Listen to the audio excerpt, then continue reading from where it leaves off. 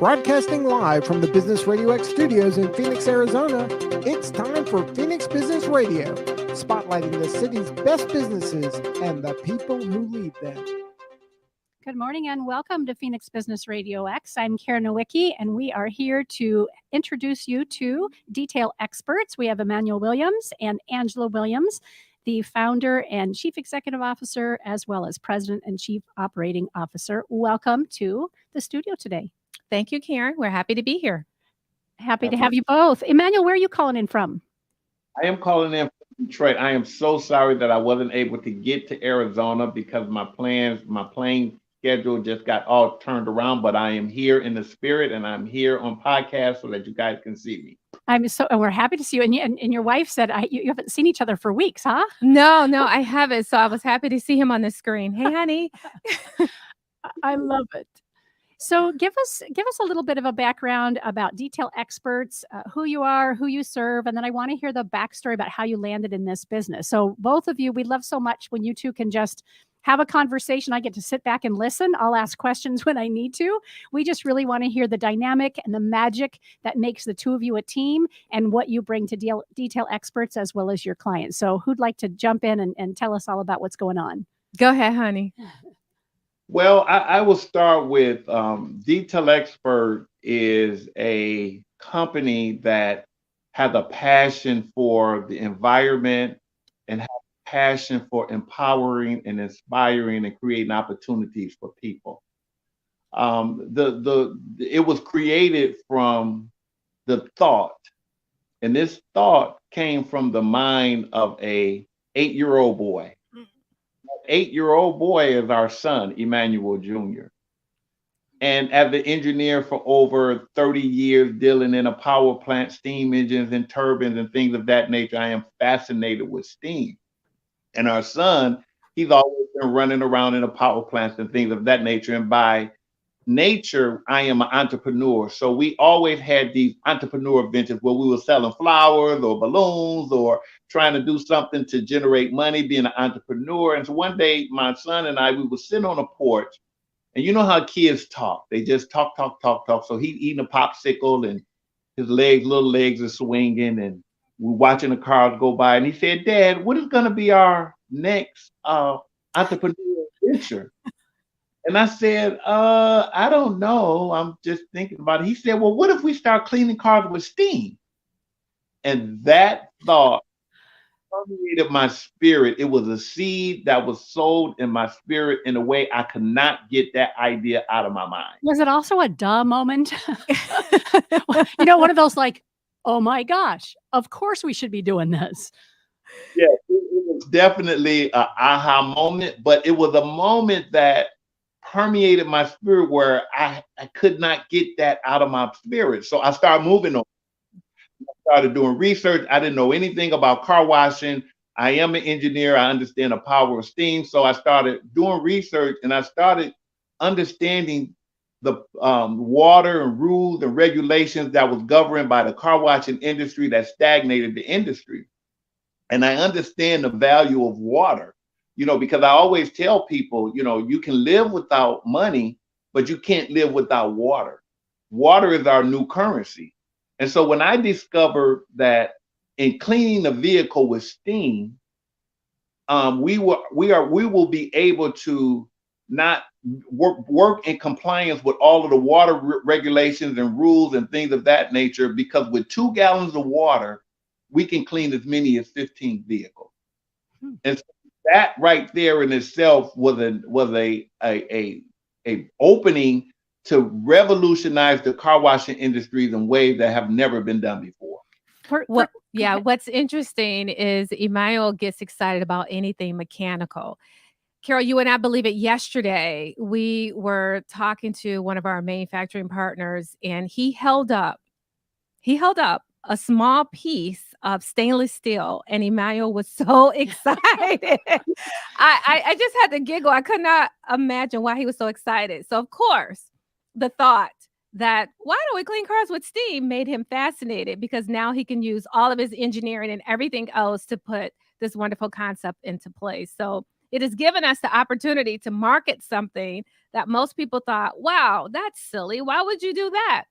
But it's been so exciting. And people who actually get their cars, the exterior cleaned with steam, it's like a magic show. They see all the steam everywhere, and it's like, wow, where does the dirt go? That's the first question we get. So Yeah, it's exciting. and for comparison, how you mentioned how much water it takes to clean with steam. For comparison, do you know how much it takes for a hose or going through a car wash? I'd imagine there's a significant difference. The traditional car wash uses about 40 gallons. Okay. And when cars with water hose at home is about 60 gallons. But this is the thing that is funny to me, and this is how I really knew that Angela was the girl for me. I was excited about these steam, and I told her, I said, honey, I got something. I bought you something for Valentine's Day. Oh, and she was living in Indiana, and I was in Detroit at that time. And I said, I'm just going to surprise you. And she was like, well, what is it? She was just really, really excited. Flowers, diamonds. What do you Yeah. think? That's what I thought. A new car, a new house. Well, it was a steamer. And she looked at me, she was like, huh? It sounds almost as bad as a vacuum. Yes, absolutely. It had a cord. Yeah. But when she was able to get excited because I was excited, I was like, okay, that's the girl for me. She didn't dog me out. She didn't say anything, but she just played along with it. So I was grateful for that. That's amazing. Were you both involved in your other adventures previously, or this is the first time you've collaborated? This is the first time we've collaborated. I've worked on a number of entrepreneur ventures myself, starting as a kid. I had a paper route. I absolutely loved my clients and loved to service them. But more than anything, I love Fridays because that's when you could collect. You're not going to do I say collect. So we have worked on, I've been in direct sales for a while. This is our first venture together. This is not Emmanuel's first venture either. Where this all started, which I think is the basis of the company itself, is he actually managed a facility that was for individuals that were recovering. And they would come to him and look for hope. And he was able to help them. And that project was called Recovery on Waterloo. I don't know, Emmanuel, if you want to share a bit about that and how that formed the basis of what Detail Experts is We'd today. love to hear that. Yes. Well, it came out of a desire to serve. And what we did was in Detroit, we went into this drug infested community. And on this one particular block, it was an apartment building, 2-3 dope houses on that same block. And so we went into this community, and what we wanted to do was rid that block of drugs and create a way of a recovering. It was called Recovering on Waterloo. So what we was able to do, we was able to go in, we bought the building, we shut it down, we got all of the drugs and all of the gambling and drug selling activities out of that building. We cleaned the building up, and it started to become it was called Recovering on Waterloo, where we was able to take people who was in recovery, who was getting out of recovery. We gave them a place to stay, furniture, food. We was able to get people who had their children in the system because they had housing. They was able to get their children back, and we got rid of all of the drugs on that block. We overcame that situation, and we made that community a better place. So that was a project entrepreneur-wise that I was working on. But the string between that and Detail Expert is I never stopped having a desire and a passion to serve people and to make people's lives better. And so that desire came out of, hey, it's my responsibility while I'm here on this earth to use my gifts and my talent to help serve humanity and to help uplift people, because that's where my blessing comes from. Yeah, so he's used that same concept in Detail Experts. When it originally started, Carol, it's exciting because he was offering the franchise concept socially, where it was to give people who did not have the opportunity to own a business to own a business. And that was the birth of Detail Experts, one of very few social franchises that's out there. Can you define social franchise? Because I'm not sure I know the term. Yeah, you want to talk about it a little bit? Well, social franchising is utilizing your to tap into communities that is underprivileged or underserved that don't have opportunities, and utilize your community mission to help those people target. So when they come into a franchise, there's less of a financial commitment, or how does it work in comparison to what a traditional franchise model might look like? Might help our listeners and viewers. Yep. So the entry fee is much lower, but it is educational in nature. So it's teaching you the basics of business. Mhm. So what's interesting, a typical franchise is you come in, you need to have a degree in business, or you need to know how to do business. We teach you. And so Yes. should change. And it's much more expensive. Mhm. So the barriers to entry, we were breaking down those barriers of entry, really focusing on how we can help individuals empower themselves to move to this next level of living. Yes, you can have a job, you can learn how to do it that way, but what if you could also now create jobs? Incredible. And how, I may have missed this in the beginning, we had a little commotion going on. Tell me how many years then that Detail Experts has been around? So Detail Experts started in 2002, and we've been Okay. franchising since 2008. Wow. Yeah. And just here in Arizona, or? Yeah, we've been franchising around the world. We received our license to franchise in 2008, and we started with our very first franchise in Detroit, Michigan, and we've been in the Phoenix market since 2016. Yes. And this is a really good story as well. You know, in 2008, there was the crash of the economy. And so things got slow, and perseverance is a very important part of evolving and growing as an individual. And we got a call I think it was in 2010, we got a call from a person from the royal family in Dubai. And we was able to sell a master franchise. We flew over to Dubai. We stayed over there. We partied. We had a really good time. And we sold a master franchise over in Dubai, which helped us financially to get through the economy downswing until 2014 and 15. And we started selling more franchises at that particular point. But this is what they told us over there in Dubai. The reason why they were so attracted to what we was doing is because, number one, it created jobs. And number two, they said, we got all of the money, but we don't have water. And if we have they love their cars over there. If we have a service where we can get our cars clean and preserve water in that way with steam, that was our selling proposition there. Yeah. Kara, it's a very interesting story. And how did that land in your lap? Did that just, I mean, I have a sense that there was a divine intervention there.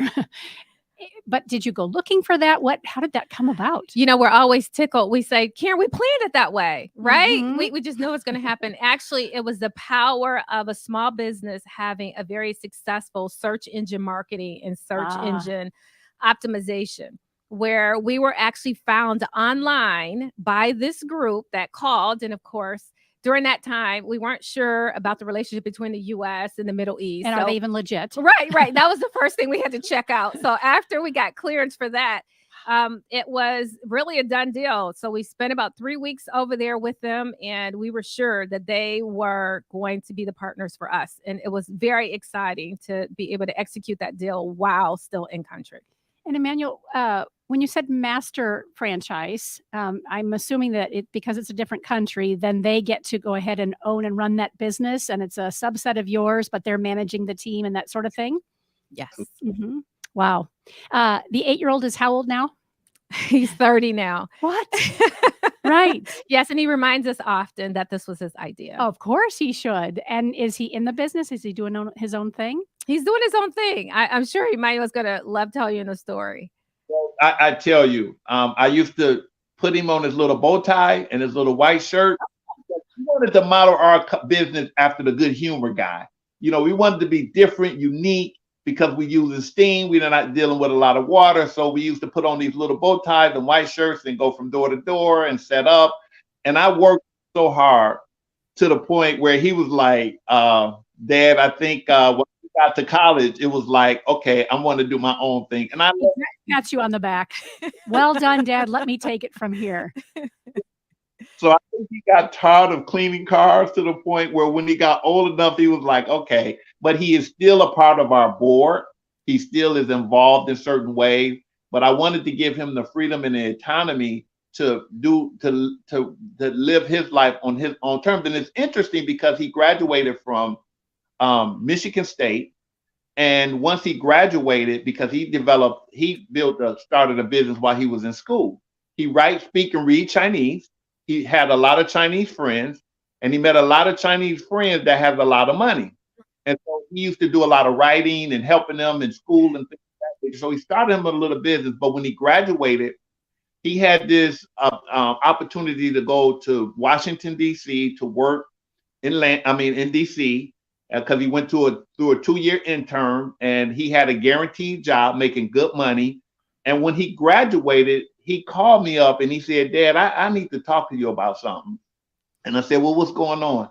He said, I know you guys paid a lot of money for me to go through college and all of that. He said, but I don't think I want to go to Washington, D.C. and work. I want to start my own business. He said, but let me tell you, I can always get a job, but I can't always live my dream. Really and honestly, Karen, I'm going to say at first we were looking at him like, what? No, you just finished school. This is what you're doing. Right, exactly. And then we realized he's been modeling himself after us for a very long time. So being an entrepreneur was only natural. Yeah, he had his family stamp within him, and it made sense. Yeah. That's fantastic. And so, I'm sorry, is he living in Arizona then? Where is he now? He's in Lansing, Michigan. Okay. So he's right outside of where he graduated. And is it just the one kiddo or you have other kids? Yep, just one. Yeah. Oh, well, shout out to, what is his name? I didn't get his name. Emmanuel. Oh, that makes sense. The second. Emmanuel the second. I love it. So let's circle back to your franchise owners and the people that are blessed to work with you and now have their own businesses. You mentioned that they're all over the country and really sounds like many different places in the world. Yes. What is one of the greatest things that either one of you would hear back from a franchise owner? And when you can just lay in bed or look across each other in the morning and go, we're doing good work. What is it that they're experiencing? What are you hearing from them? What's the shift for them? I think it's a sense of pride, because a lot we have ribbon cuttings, and then we go to their particular communities, and then when we go in, we see all their employees and we see all of the opportunities that they have created, and you can just see the pride they're booming in terms of being able to have their own business, helping people, making the difference. And so I just think that the entrepreneurs that became franchisees come from a place of it's something more to life than just going to work and just being regular. I want to be able to step out on my own terms and live life on my own terms and make a difference. And so that's the deal. Sorry to interrupt. That's what Emmanuel Jr. basically said to you right after he graduated from college, right? So how could we deny him that opportunity when you're providing that opportunity not only for yourselves, but the people that are, again, so fortunate to work with you? Yeah. Say that again. I said that was good what you just said, because I just made that connection. Seems pretty obvious to me. I love it. What are the goals for the future of the company then? What's next in 2023 and beyond? Angela? So the goals are bright. What's exciting is 2 of those franchise owners that you just described, they're working with us in the corporate office now. And I'll just go back to your last question because I was thinking of Joe. And Joe, he is in Las Vegas now. He lived in West Hills, California when he started his franchise. And one of the things that he said is, I'm at a point in my life where I only want to do what I want to do. So I want to live more on my own terms. I want to do what I like. And in doing that, he said, it's either this or a greeter at Walmart, but life is hard and I don't have to live in that space. And for that reason, I've made great decisions in my life, and business ownership at this time is exactly what I want to do. And I love to hear that from franchise owners, that they have gotten to a point in their life where it's more to it. So 2023 is exciting. We're planning to expand in the Phoenix market, which is super excited. We currently work with several municipalities, Maricopa County, the city of Phoenix, amongst a couple of them. And our goal is to continue to expand in that area. We also have relationships, regional and national, with Fortune 500 companies that we are planning on expanding those relationships here in Phoenix as well. So there's a few markets that we call our flagship markets, and Phoenix is one. And our goal is to have a actual facility here within the next 2 years where we can invite people to experience the steam car wash business that we offer. So Detail Experts, you can get there and find out more. It's carwash.detailexperts.com/Phoenix. And you can learn more about what Detail Experts has to offer. So absolutely, we're expanding. Super exciting. Wow. I'm thinking of several connections that we have for you, and we'll talk about that after we're off air. We love being connectors and making sure that we can help you get to where you need to go next. And my mind is always racing when I meet amazing people doing incredible things. I know we have a guest in the studio, but I've been told he's not going to be on the mic. I don't know if that's the case or not, but can you tell us who joined us? Yeah, absolutely. So we're so excited to have our brand new site leader and supervisor, Ashawn. Ashawn is phenomenal. He is a young man that is determined. He is destined for greatness. So he is coming here to Phoenix. I mean, he's been here before, but he's here in Phoenix with his family. They just came from Yuma, and his wife and his 2 daughters. And you can tell he is such a dedicated family man. But he is here on a mission. He is here on a mission to make a difference. So working with his team and et cetera, it has just been a phenomenal thing. So if he wants to say a word, I would love to hear Ashawn on the mic. He's getting up the courage, building up the courage. We're going to make sure his mic is on. We may have to adjust the mic just a bit. All right. Emmanuel, while he's getting up to the mic and Daryl's helping him get set up, have you had a chance to meet him? I take it in person? Yeah, no, not in person. I've been doing a lot of traveling, going to a lot of different locations, getting those things set up. But I would definitely be there within the next couple of weeks, and we'll spend a lot of time with each other. And I'm really excited. Well, I got to meet him first. So come right up on that mic. It's Ashawn. Ashawn. Thank you. Welcome. Good morning, everybody. So how did you find this team? Actually, it's going to be a quick shout out to Indeed, but I was actually at FedEx. So this is honestly a story about perseverance. When I lived in Yuma with my wife and my 2 kids, I was at Sam's Club doing the 4 a.m. to like 1:30 in the afternoon shift. So it was kind of, you do what you have to, but you always want to be happy. So I had to have that conversation with my wife, and she was like, I totally understand, because she works for Allstate. Okay. So she's been set for a while and she loves her job. So that's what really made me want to do it, was find something that makes me totally happy. Because before Sam's Club, I actually did my own detail. Oh, so you're coming to it with experience. Exactly. So I did it for 2 years and then stopped because it was just me. And I had like 70 maintenance clients, and it was just starting to become a lot to do by yourself and also work full time. So I had to eventually stop. And then I started working at Sam's Club, and then what I just said, telling my wife, and I found a job at FedEx in Lower Buckeye. So literally November 13th, I came down for my interview and never went back to Yuma. I stayed at my wife's aunt's house, and I was there for maybe a month and a half, and my mother passed away on December 16th. Sorry. And so I flew back to New York. I'm originally from Syracuse. So I went back to handle that stuff with my sister. And then I came back. But before I left, because I'm just a dedicated worker, so anything that I do, I want to do it the right way.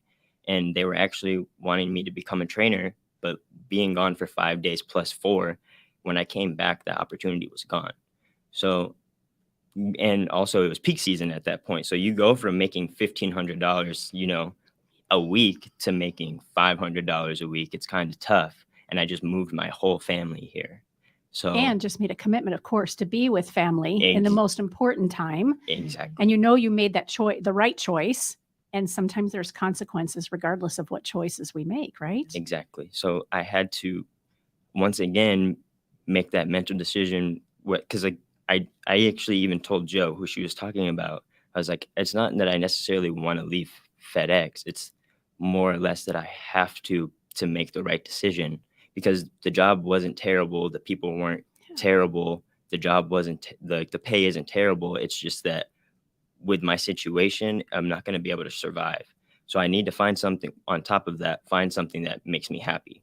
So when I came across it, I was actually in New York, and their HR called me, and I was leaving and literally sitting in my seat to go back. And I was like, can I call you when I get back? When I landed, I called Ashley back, and the rest is history, honestly. It took maybe 2-3 weeks, and then I was up and going, and we were hitting the street. So exciting. That is very exciting. I'm so glad you got behind the microphone. Wow. And then Angela's, she's only been in the studio for a couple of maybe 20 minutes, 30 minutes here. And she's already like, come up on the microphone a little bit. She's making sure she's managing for me. We will want you right up against that mic just so we can, you sounded great, but we want to make sure no, you're fine. You wouldn't have known. You snuck in a little bit after we got started. You see how close I am? Yeah, I'm going to leave. I'm going to let her handle this. She's got it all managed. That's just perfect. Emmanuel, when you hear him share his story, and which of course I know you're already familiar with since he's part of your organization now, what does that do for you in your heart and your goals going forward? I see this and I hear this all the time, and it helps me to continue to stay focused on purpose. My purpose. Why am I here? How do I serve humanity in a way that I'm using my gifts and my talents and my abilities to make a difference? And it's really interesting. Ashan said a word, perseverance, because in life, we all have barriers that stops us from getting to the next level.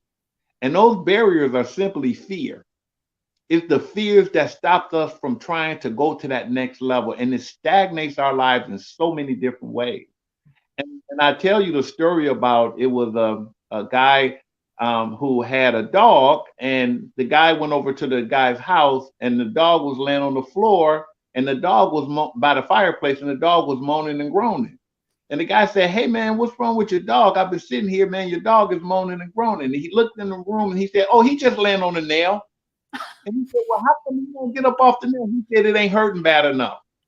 And so a lot of times we stay stuck in situations because we don't have the understanding or the awareness or the courage to go to that next level and stay stuck in those situations that we suffer as a result of that. So when Ashan said, I was at a job where it was decent, it was good or whatever, but I wasn't happy, you got to follow that. And that is going to take you to a place where you can live out your life on your own terms and make the world a better place. So for me, that was to be able to see all of these franchisees, to see all of these people that's working for us, to be able to hear those kind of testimonies, just let me know that I'm heading in the right direction. It just makes me so proud. Beautiful. Another way that I've kind of described this idea around perseverance is when we're all going to experience these challenges. We've covered that, of course. And those challenges can either make us or break us. It's up to us to decide how it's going to fuel us, right? And what you're describing and what Emmanuel has just kind of summarized for us is when your ceiling becomes your floor. You saw at your last job that there's only so far and only so much that you can do, and you were limited. And so that perseverance, that drive that you carried with it, and of course, not only caring about your family, but also your legacy and using everything that comes with you, which is clearly bright. You knew that, okay, I'm just going to step over that ceiling. Now I'm standing on the top level, and I'm going to grow, and I'm surely there's going to be challenges in this new role. And yet you continue to grow. And oftentimes, so many of us have upper limit thinking problems. We set a thermostat on the wall, and we wanted it set at 78 degrees. And that thermostat knows that when it gets either hotter or too cold, it's going to adjust and keep us right there. Well, life really isn't like that, is it? No. we have an opportunity to walk over to that thermostat, and sometimes it's going to get cranked up and a little heated, and sometimes it's going to be a little too cool. We get to decide what story we want to tell ourselves. And what I hear all of you saying is that in your organization, Detail Experts, you guys continue to change the narrative, to shift the story, to educate, and to provide hope. To go back to the very first thing that I believe it was that you said, Angela, to provide hope for individuals and families who might not otherwise have that. Absolutely. You're good, Karen. Well, I've been doing it a while. Yeah, you're good. Thank you. And you make it easy when there's, obviously create great energy in the room, and we're speaking the same language. We're showing up a little bit differently in our lives, and we're listening to the call, and we're willing to do the work. Yes. Perseverance and grit and tenacity, as well as great faith, I think is really what helps us get through, at least for me, each and every day. Me too, Karen. Yes. Good. Tell us about, well, since we're kind of talking about upper and lower limits and the stories we tell ourselves, what are some of the challenges? You've just shared a beautiful story about your own recent challenges and how you came to be the company. How about from Angela and Emmanuel? What challenges have you been faced with as you've been building up this business? Certainly it hasn't always been a cakewalk. No. Yeah. It was, Emmanuel? Go ahead, sweetheart. No, you tell the first story, because I have many. Well, I think the bigger piece, when I first started, I remember Angela and we was struggling over, we want to make sure when we hire somebody, we want to make sure that they're secure, that they can have a job, that they can have insurance. And so we were really, careful about making sure when we do hire people, they are secure. And I remember we had 4 or 5 employees at that particular time. Well, we got hundreds of employees now. And so the journey of where I was then to where I am now has been overcoming those barriers. Those barriers was just fear that was stagnating my ability to step outside my comfort zone and be comfortable with being uncomfortable. And in that space is where the blessing and the growth and the prosperity and the positivity flows. And to have the ability to step back and look at that, to say, you know what, that's just the beginning. I'm going to the next stage and the next stage. So I'm constantly challenging myself. I'm constantly stepping out of my comfort zone. I'm constantly becoming comfortable with being uncomfortable. And as a result of that, I am able to live my life not based on fear stagnating me, but me being a light that I was intended to be. And that's why I'm here, showed up at this particular time. You're good. Right? Yes, he's a great storyteller. The thing that came to mind for me is business ownership in general, especially as an entrepreneur, Karen. We often think we have to do it all. We have to do everything. I am a one-man band. I am my marketing department. I am my accounting department. I wash dishes. I clean toilets. I do it all, right? And the reality is you cannot do it all. But as Emmanuel said, is that fear of, well, I can't afford to pay for somebody else. But if you want to grow, you can't afford not to. You cannot afford, you have to, you must. Yep. It makes me think of the Matrix, when the Oracle says to Neo, and he said, well, what if I don't want to do that? And she said, you must. It's for everybody. And that's really the case. If you want to grow a business, you want to be more than a one-man band, you have to find a way to do it. Now, some of the ways you have to find a way to do it is maybe you have to sacrifice as the entrepreneur. And that sounds difficult because entrepreneurs are already sacrificing, right? So I'll give you a personal example. So as Emmanuel and I were growing the business, I left a corporate job that, Ashawn, unlike you, the people were fine, but I wasn't happy. So therefore, I had to do something different. And in doing that, I had the security of a paycheck every 2 weeks, and a nice one at that. And they pay for golf too. But when I really think about it, I was so unhappy that every morning, literally, if there was a time with my greatest sickness, that was it, Monday mornings, because I knew what was happening. I was going to have to go in. And then finally, I decided, Emmanuel, we have to do something different. And I would say I retired early, however you want to look at it. And I decided that we're going to figure this out. So if I don't fish, I don't eat. And that's what I started to believe. And I said that every day. If I don't fish, I don't eat. If I don't fish, I don't eat. So I would make that call. I would go in and talk to somebody about our services. I would offer it for free. I would offer it at a discount until it grew. And then after a while, it's like, all right, I can pay somebody else to do that part while I can help grow the business. And that's how it works as an entrepreneur. Mm-hmm. Every day. It does indeed. In fact, I'm looking at Daryl, our producer, who is behind the scenes and so great about holding everything together and keeping me calm when I need it. And I brought Daryl on board a year and a half ago. I've owned the studio. It'll be 6 years we had our first broadcast 6 years ago in June. And I experienced exactly that. I've owned a handful of businesses, sold a couple very successfully. And with this one, I thought, I'm not doing partners anymore. I'm just doing it on my own. It's going to be a boutique studio. I don't want all the headaches. And then I couldn't grow. And I hit that ceiling. Mm-hmm. And so Daryl and I started working together a year and a half ago. And we've always said we've learned a great deal about ourselves, a great deal about each other. We've really made a lot of commitments to clear communication.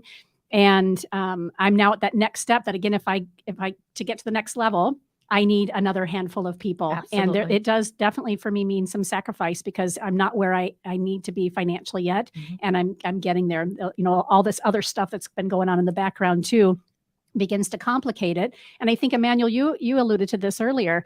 It's when we have, I think all three of you have, when we are faced with challenges and those crunchy moments that we think, you know, we're looking up at the sky or the ceiling, we're thinking, maybe I just need to fold. Maybe I ought to pick up my phone and look through Indeed and find a job and not continue with my entrepreneurial dream. It's in those moments, if we can change our direction and change our thinking, okay, this is just one of those moments of growth and another opportunity to say, how can I be led? How true am I to my mission and my purpose? And then get quiet and then find out what the next step is. And as you both have pointed out, do the work. Yes. Go and do the work. What'd you say a moment ago? I need to fish in order to eat. That's right. If I don't fish, I don't eat. I will be writing that on my mirror when I get home. Love it. Anything that either of you'd like to add? Well, I would say this.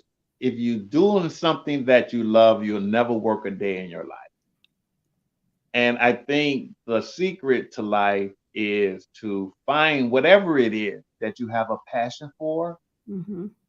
And do it as if your life depended on it, and enjoy what you do.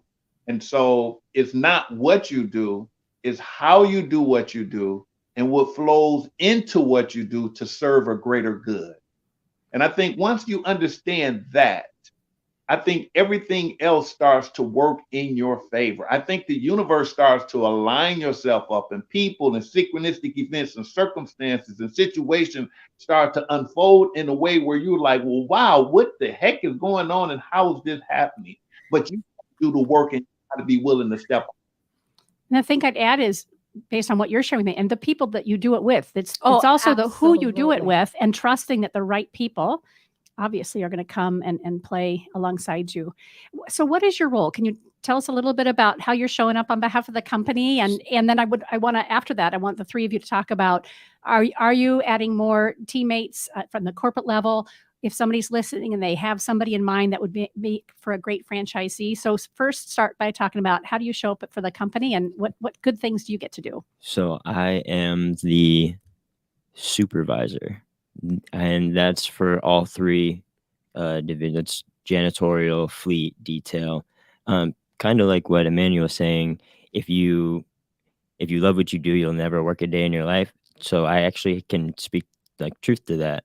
Maybe 3 weeks ago, we had a detail for the sheriff's office in Scottsdale, and it was a 35-foot sheriff van that they were going to do they were doing some type of show or maybe some event, but it rained the day before, so it was kind of weird. So I kind of reached out and made sure that we were doing it, but it was inside, so we were okay. But also I was dealing with like a super bad like toothache, and I had not been sleeping well for like 2 days. So I was honestly kind of worried that I wasn't going to have any energy. But then I was laying in bed and I was sitting there, I was thinking, I was like, I've done this 100,000 times. Like, it's going to be so like rinse and repeat that it's not going to be work. The only thing that's actually going to be work is because the other employee, I actually have to kind of explain and kind of show him and walk him through, because I don't think he's ever done anything that big. Like 2 weeks ago, before that, I had actually just done an RV by myself for one of my neighbors. So it wasn't anything that I wasn't used to. So when I went to sleep that night, I was like, you don't even have anything to worry about. You just need to make sure you go to sleep. Like, that's it. And that's probably, so being the supervisor, I show up at all of the sites. We have fuel islands for the city of, it's all over the place. It's not just the city of Phoenix, though. It's Scottsdale, it's Glendale, it's Peoria, it's everywhere. And then we also have the Scottsdale Airport, the Aviation Center. That's from, what is that, like 11 o'clock till like 2:30, 4 o'clock in the morning sometimes. But everybody is super great. So the people that do the Scottsdale Airport, one of the ladies have been there for 10 years. Her name is Maria. She knows that place inside and out. We just hired a new lady named Chrissy. She's amazing. She came in with knowledge, so she didn't really need much tutoring or any coaching or things like that. But I spent as much time as I could with her. I do the daily team meetings, the Zooms, everything under the sun that you can think a supervisor should do. And I'm doing it for the first time. Like when Angela brought up earlier about, you have to do everything by yourself. When you're doing it by yourself, that was part of the rough part when I was doing my own detail, was I had to keep all my own books. I had to keep all of my back end. And that becomes a lot when you don't necessarily have the right tools or necessarily have some, because I was YouTubing everything. Figuring it out as you go along. These guys have got it figured out for you. Hey, just stay in this lane. Exactly. You do this. So we'll take care of everything and else. I thought that's how I struck gold by getting this opportunity, was I don't necessarily have to worry. I mean, yes, I do, but I don't. I just have to make sure that I'm paying attention and listening and learning. Great student. And I think that's the most important part for me anyway, is just learning. Well, the greatest leader is the greatest student. And clearly you've picked the right guy here. Yeah. Hey, Sean, that just makes me want to tear up. That's so wonderful. He's been fabulous. Just absolutely fabulous. You would think he's been here 4 years. Are you on your first month? It's 2. 2 months. Okay. Yes. All right. Fantastic. So it's going great. Imaya, you want to talk about it? You can talk about it in general. I'll talk about the executive team expansion, and you can kind of share what we're looking for in the area in the way of franchise owners. Well, I would say this, when we've been doing STEAM and we've been preaching STEAM for the last 20 years. And it wasn't until, sanitizing, STEAM, sanitizing and all of that kind of stuff. But it wasn't until COVID hit is when it really exploded, because we had built relationships. And so therefore we opened up a line of janitorial services. Yeah. We opened up a line of sanitizing services. We expanded our reach when it comes to cleaning vehicles and planes and buses and trains or whatever. Right now, we're looking for, there's plenty opportunities out there, and we're just looking for the right people that fits our values and fits our vision, so we can continue to grow. The janitorial, sanitizing, detailing industry is one of the fastest growing industries, especially after COVID. Mm-hmm. Trying to position ourselves now to be able to, we already have the engine, we already have the structure, we already have the training, the technology. So we're just trying to incorporate people to be either employees, that's number one, or business owners. So Angela is the one that kind of put all of that structure in place. So that's kind of her thing. That's what we're looking for. Yeah, thank you. Back to the right people. I mean, we all talked about it. So Karen, you and Daryl, that relationship, that synergy, that energy, it matters. And it could definitely be the way you grow or the way you don't grow. So finding the right people is the key. So our executive team, that includes Emmanuel and myself, and we take on very different roles. Emmanuel is the R&D guy. I tell you, he gets excited about metal. Yes. And steam. Yes. I manage the day-to-day operations of the business. So I would say as the chief operating officer, it's really everything that moves, people, places, and things. That's what I'm responsible for. We also have a VP of operations. That's Joe that I mentioned, who's also a franchise owner. We have a VP of HR. That's Patty. Patty has a franchise in the Seattle, Washington area. She's currently the executive sponsor in Michigan right now. So this is her 3rd month in Michigan. Wow. So that's exciting. We are currently looking for someone in our marketing area, communication, and training. So as we see the expansion in our executive area, that is what we're focused on at this point.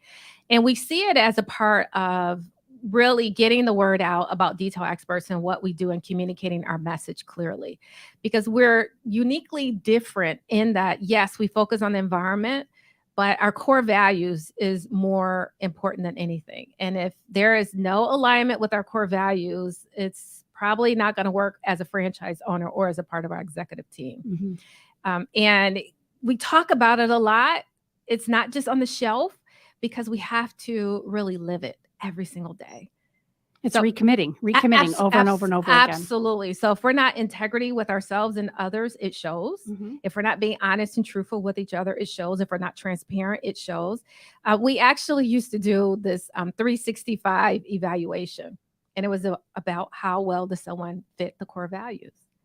Now, I have to admit that I used to fail quite a bit on the area of care for the environment, which is one of our core values. So things like sometimes I'd leave the water on when I brush my teeth.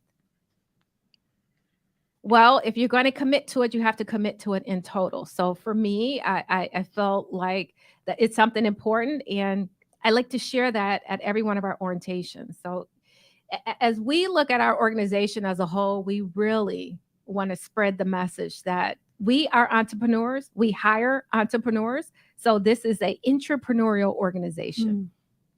Love it. Great way to end our segment today. Did you want to add something, and we'll wrap up? Go ahead, Emmanuel.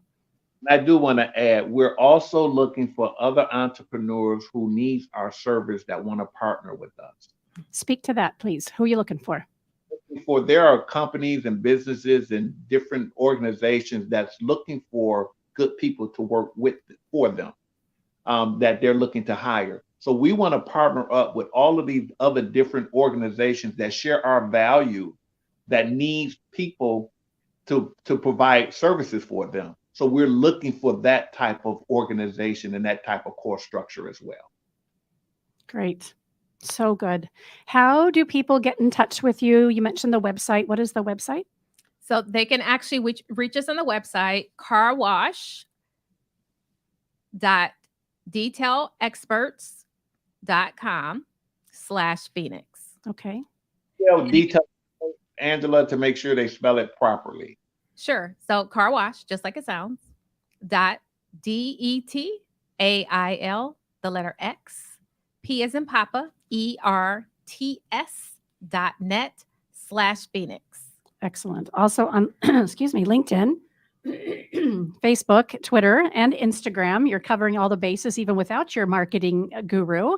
I think that I have some ideas on how to help you with that before you land that person. I know Daryl's mind is already racing as well. Fantastic. And our phone number. Yes, please. 480-757-9032. Excellent.